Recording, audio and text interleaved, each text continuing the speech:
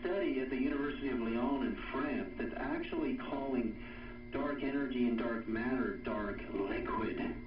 Because, I mean, this is an amazing paper I just read, that it's actually a fluid. And this fluid, dark, that the whole universe is sitting in. And it may be protected by it, by the way.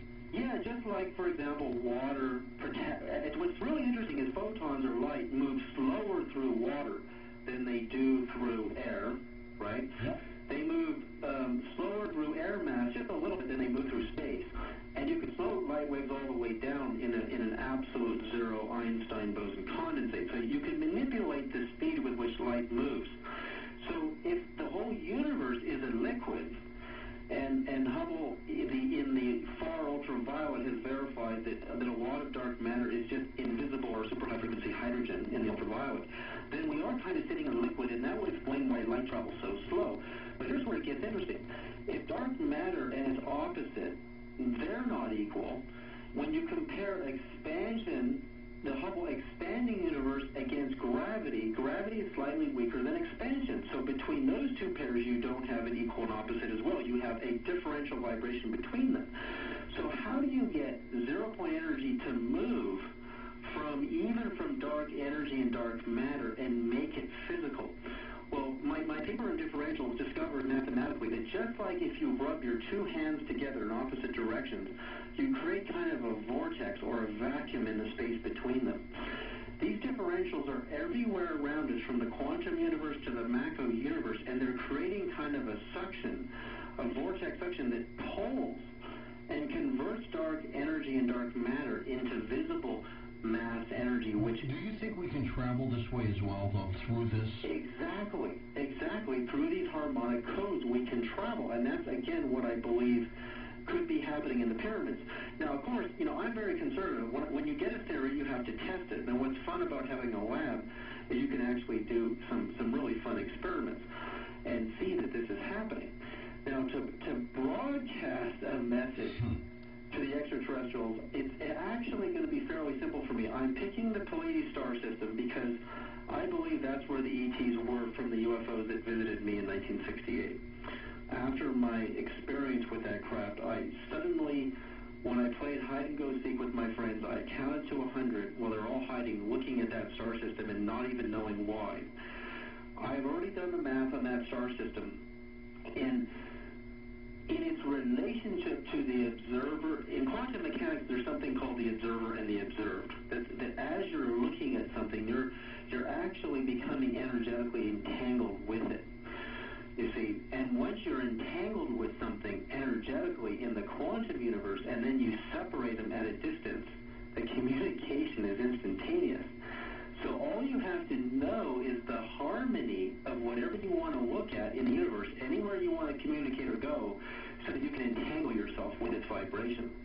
And we know, and this is verified over and over again, any entangled system can communicate faster than light instantaneously.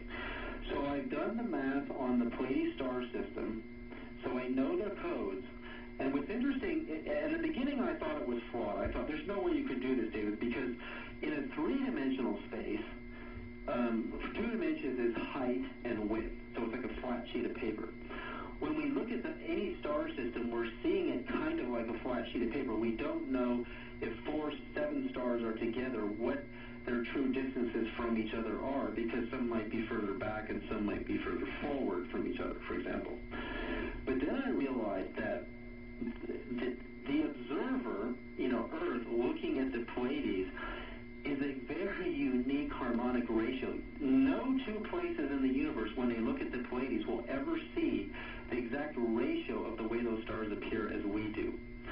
So if I send a harmonic vibration through my harmonic set radio coils in the exact harmonic code of the Pleiades star system, that basically the singularity knows that there's only 2 mathematical places in the entire universe where the observer and the observed have that exact harmonic code.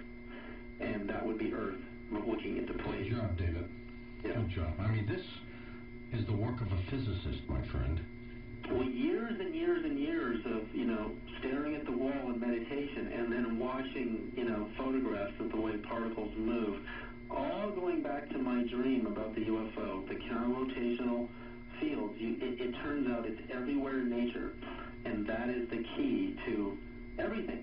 You know, we look at the anti-gravity experiment again by Boyd Bushman. When you spin this little thing on the table, the clockwise and anti-clockwise have different